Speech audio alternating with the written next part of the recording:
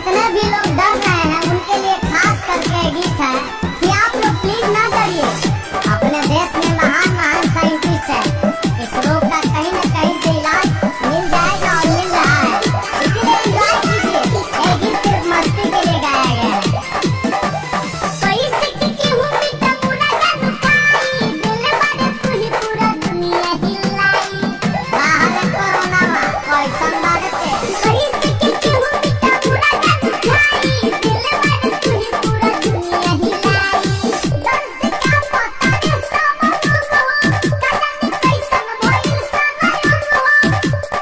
घर से निकलत नइखे डर से सब होता बारा जुलुम कइलू, कहाँ से अइलू, कैसन रोग सबके लगइलू। कोरोना तोर माइयो जिंदाबाद, तोर मौसियो जिंदाबाद।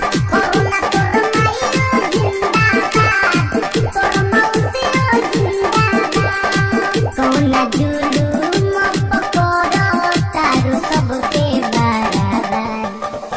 कोरोना तोर माइयो जिंदाबाद, तोर मौसियो जिंदाबाद। कोरोना तोर माइयो जिंदाबाद, तोर मौसियो जिंदाबाद।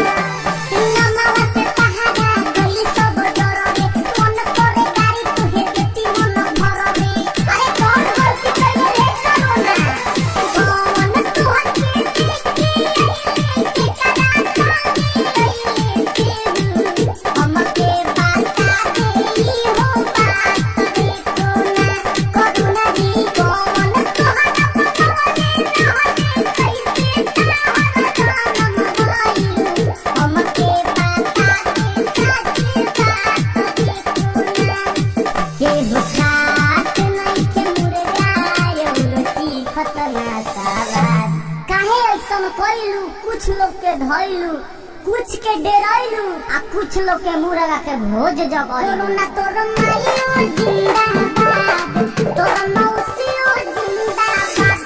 कोरोना तोर माइयो जिंदाबाद, तोर मौसियो जिंदाबाद।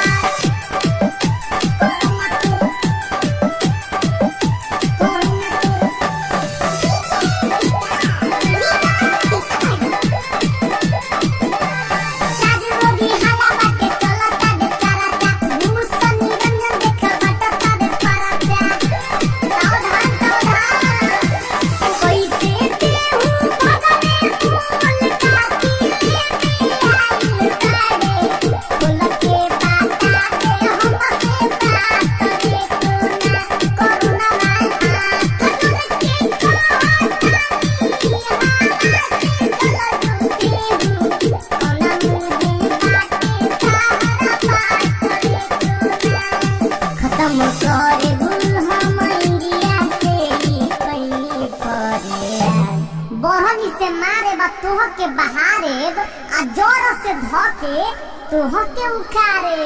कोरोना तोर माइयो जिंदाबाद।